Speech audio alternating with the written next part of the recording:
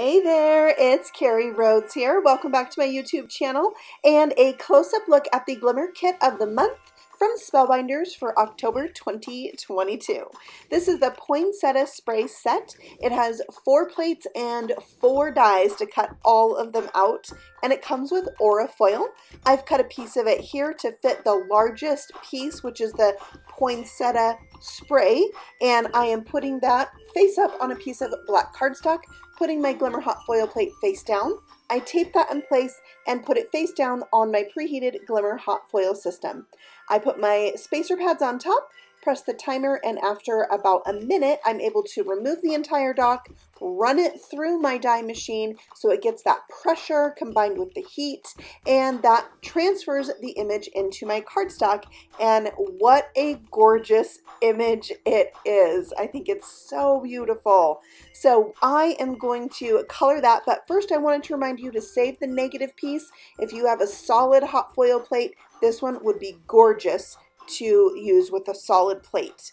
All right, so I am using my Distress Mica crayons. These are from last year's release. So this is peppermint stick right here. I'm just going to color it down onto my cardstock and use a water brush to like watercolor with it.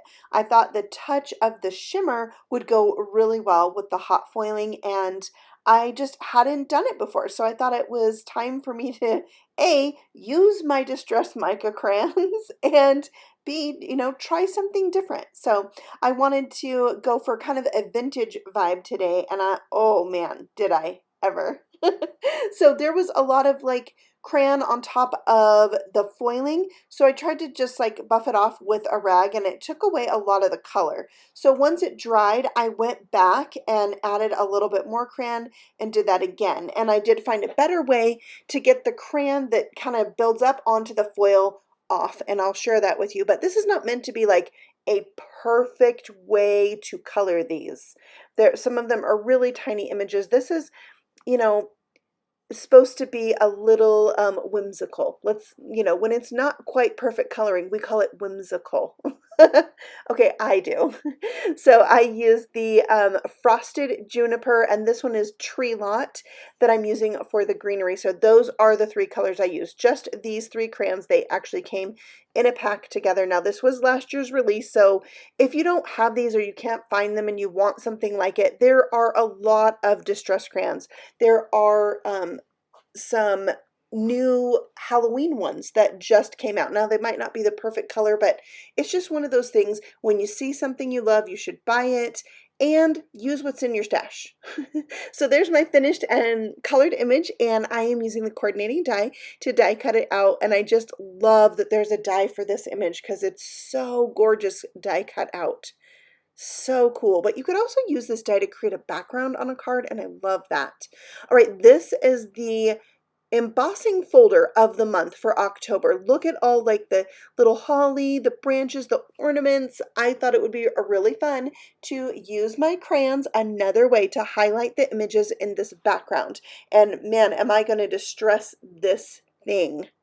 I'm kind of going outside of my box. Like I don't often make cards in this kind of style, but I really had fun. I love to create my own backgrounds and transform things from plain paper into something completely different. I like to add texture and visual interest to my cards. So, I like my cards to be extra. So this was just so much fun to do. I tried coloring the crayon onto my finger and then rubbing it onto the paper.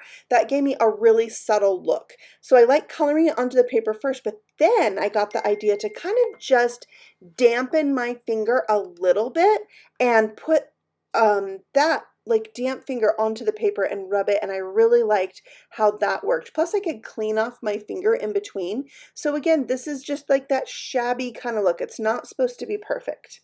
All right, so that's all done now, and I'm going to come in with some black soot Distress Oxide ink and darken up the edges. I like doing this. It really helps like draw your eye into the center.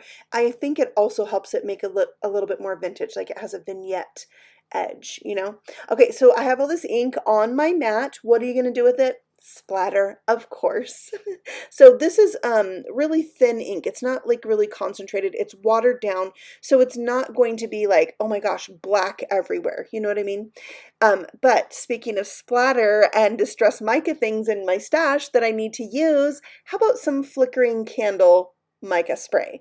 So I just took the nozzle out, flicked that onto my paper. I love the touch of kind of that golden yellow. It's going to go with my foiling. And then I got the Tree Lot mica spray out and did a little bit of that. Now this is going to dry back a lot lighter than it appears right now. When it's wet, it's going to, more of that shimmer is going to show through when it dries. So we're going to set that aside, come back to it later, but for now I'm going to take my poinsettia image and glue that down to kind of this like burgundy red cardstock. And then I'm going to tear around it on the top side, not the bottom side. So I'm just holding the image down with one hand and tearing towards me with the other hand. And this is going to give me just a unique edge to this. I used to tear on my cards all the time. If you've been in card making for a long time, tearing was like the thing. And so is the next thing I'm going to show you. What was my thing anyway? So, and like bringing stuff out of the closet and using them on my cards today.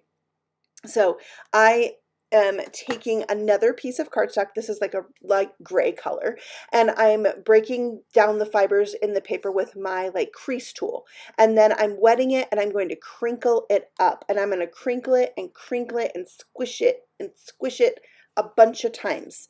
And this is going to really soften out the paper. So I like to open it up, crinkle it again, move it around, crinkle it from another direction, and having the water spritzed on there a little bit really helps it to be easier to do this, especially with a small piece. It's like a 1-inch wide piece of paper. So once I do that, some cardstocks you can separate the paper, like peel it in half, but this particular paper, like I think it's just like a really good quality cardstock, so I wasn't able to do that. But note that you could possibly do that. So I'm going to tear this down the middle. One side's going to be a little bit wider than the other, but while it's slightly damp, you get a different kind of look on the tearing that's just really organic. I am going to take my crayon and just rub it on my finger and then rub it on the edge of my torn paper, and that's going to give a little bit of color on the edge so it coordinates and matches better with that color that's in the rest of my card. So I'm going to take little pieces of this and just add it here and there behind this image with the torn edge that was done dry and not wrinkled. And it's just really like shabby chic looking, old, vintage. I like this kind of feel. And I don't know why, but I like this for Christmas, just that really old Christmas feel. All right, so I took a little edge and just had a tiny little bit peeking out the bottom. Oh, I love that. And then you can also kind of rough this up a little bit once it's on there. Bend it in, scratch it up with your fingernail, crunch it a little bit. I think that adds even more charm to it. And these really harsh edges, I wanted them to be harsh, but not too much. So I did a little roughing up there. And this piece, I decided to stitch the edge. Have I been watching a few too many Tim Holtz videos? Yes. Yes, I have. So I felt the need to stitch and distress all the things today, and I did. I'm going to bring in my Crackle Icicle. It's kind of it feels like a gel, but I think it's technically a paste. And I'm going to put that on in a few strategic places in my background. So I have my Glimmer hot foil machine reheating over there on the side to do my sentiment. I wanted my sentiment to have something that would anchor it to the card, but not necessarily another like color of cardstock. So I decided I will put a little texture there, and that's going to be the anchor for it. But then I wanted to repeat the look of that crackle paste on a few other places on my card. So we're going to set that aside to dry again and hot foil the sentiment that says Merry Christmas. I'm putting that on the hot foil machine, again, face down, adding my spacers. I ran that through the die machine, and then here's the finished sentiment. So you'll see the dies here cut very close to this, so it makes a very like small image, you know, like it's cut really close. So that's why I wanted that texture paste on my card to give a little something behind it. I did find another scrap of that what should we call it, distressed cardstock, yeah, shabby cardstock. There we go. But now the crackle is dry. I went off, had some lunch, came back, and oh my goodness, it is so delicious, so yummy. I love it. So I'm going to just glue this down. So what I did, I just put it there, and then I took a heavy acrylic block or two, set it on top, let that dry. Then I came back and I'm gluing down this piece right here. And I'm going to put this just inside the stitching. By the way, the stitching that I did on my sewing machine, I had black thread on the top and white thread in the bobbin, and I love how it turned out. Okay, this pattern paper is a pattern paper that I bought from Etsy. It's a digital paper. I printed it out. And so then I thought it was too stark white, so I rubbed a little bit of that frosted juniper on my finger and then rubbed it on the edge just to give it like a slight shadow and not so bright white. Now, only a teeny tiny bit of this is going to peek out from behind my card front, and I love that. It just is that tiny bit of something crisp and clean that this card needs with all that busy, shabby goodness going on the top side of the card. So there it is, and it just needs a little touch of embellishment. So I have some gems I'm going to add to this. 3 in the upper right corner and then 3 just to the left below the sentiment. And that's just going to add another kind of texture, maybe like a little hint to like an ornament feel. I would really love to know what you think of this card. It is so different for me. So leave me a comment below, and if you love it, give me a thumbs up so I know. I will have more videos for you very soon. So if you're new here, feel free to subscribe.